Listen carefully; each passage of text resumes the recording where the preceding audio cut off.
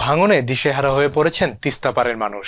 পানি উন্নয়ন বোর্ড থেকে জিও ব্যাগ ফেলা হয়নি বলে অভিযোগ করেছেন স্থানীয়রা।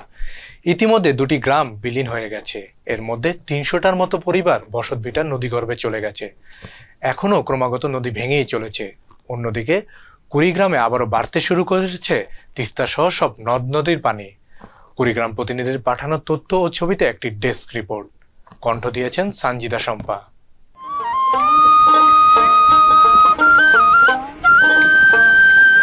কুড়িগ্রামে ফের বাড়তে শুরু করেছে তিস্তা সহ সবকটি নদ নদীর পানি। এতে ভাঙন দেখা দিয়েছে তিস্তা পারে। নদী ভাঙনে দিশাহারা হয়ে পড়েছেন তিস্তা পারের মানুষ। টিন শেড ঘর ভাঙে গেছে, বাড়ি ঘর সব ভাঙে গেছে, মানে কিছু আটকেবার পাইনি। আবাদি জমিও ভাঙে গেছে। রাজারহাটের চর খিতাবখা, বর্দারগা মাজার, সরিষাবাড়ি ও গতিয়াসামে গিয়ে দেখা যায় তিস্তার প্রবল স্রোতে এসব চরের প্রায় ৪০০ বসত ভিটা নদী গর্ভে চলে গেছে। লোকজন যতটুকু পারছেন নিজেদের বসত ভিটার মালামাল ও জমির গাছগুলো রক্ষা করার চেষ্টা করছেন। বাড়িঘর ভাঙনের শিকার হলেও এসব এলাকায় পানি উন্নয়ন বোর্ড থেকে জিও ব্যাগ ফেলা হয়নি বলে অভিযোগ করেছেন স্থানীয়রা। সরকারি কর্মকর্তা হালাত আমরা অবহেলার কারণে এলে হয়েছি কয়বার ভাঙে এই কোর্সটা।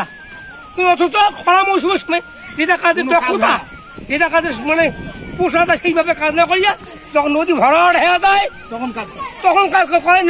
নদী কোনো বাজেট নাই তো কাজ করেন কে? এই পানি ভরার সময় ২০০ বস্তা আনি দেন। দুইটা পাড়া গত বন্যায় এবং এই বন্যা বিলীন হয়ে গেছে।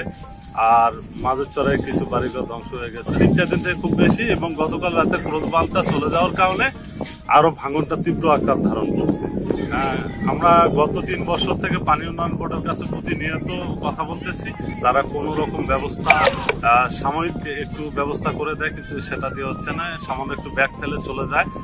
অন্যদিকে তিস্তার পানি কমে বিপদসীমার ১৮ সেন্টিমিটার নিচ দিয়ে প্রবাহিত হলেও ব্রহ্মপুত্র, ধরলা আর দুধকুমারের পানি হুহু করে বৃদ্ধি পাচ্ছে, যার ফলে জেলার চিলমারির শাখাহাতি, মনতলা, রমনা, রানীগঞ্জ, উলিপুরের বেগমগঞ্জ, গুনাইগাছ, থেতরাই, নাগেশ্বরীর ফান্দের চর, বামনডাঙ্গা, তেলিয়ানির কুটি ও জেলা সদরের সাহেবের আলগা, পোড়ার চর, চর ইউথনেট, দই খাওয়ার চর সহ নিম্নাঞ্চলের এলাকাগুলো প্লাবিত হতে শুরু করেছে।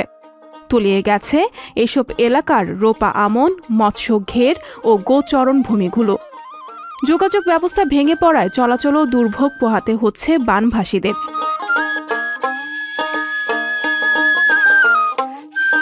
বুধবার ৩০ আগস্ট সকাল ৬টায় কুড়িগ্রাম পানি উন্নয়ন বোর্ডের দেওয়া তথ্য মতে গত ২৪ ঘণ্টায় ব্রহ্মপুত্র নদের পানি নুন খাওয়া পয়েন্টে বিপদসীমার ২৬ সেন্টিমিটার, চিলমারি পয়েন্টে বিপদসীমার ২০ সেন্টিমিটার, ধরলা নদীর পানি সেতু পয়েন্টে বিপদসীমার ১০ সেন্টিমিটার নিচ দিয়ে প্রবাহিত হচ্ছে এবং তিস্তার পানি কাউনিয়া পয়েন্টে বিপদসীমার ১৫ সেন্টিমিটার ওপর দিয়ে প্রবাহিত হচ্ছে।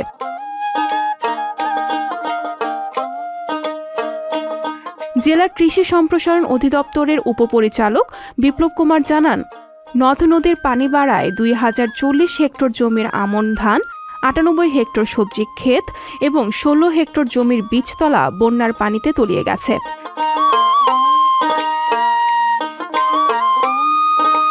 কুড়িগ্রাম জেলা প্রশাসক মোহাম্মদ সাইদুল আরিফ জানান, উলিপুর ও রাজারহাটের প্লাবিত এলাকাগুলোতে বরাদ্দ দেওয়া হয়েছে। পর্যায়ক্রমে সেসব বিতরণের কাজ চলছে। পাশাপাশি খাদ্য সহায়তা, উদ্ধার নৌকা ও আশ্রয় কেন্দ্র সহ প্রয়োজনীয় প্রস্তুতি নেওয়া হয়েছে। সানজিদা শম্পা, সংবাদ প্রকাশ।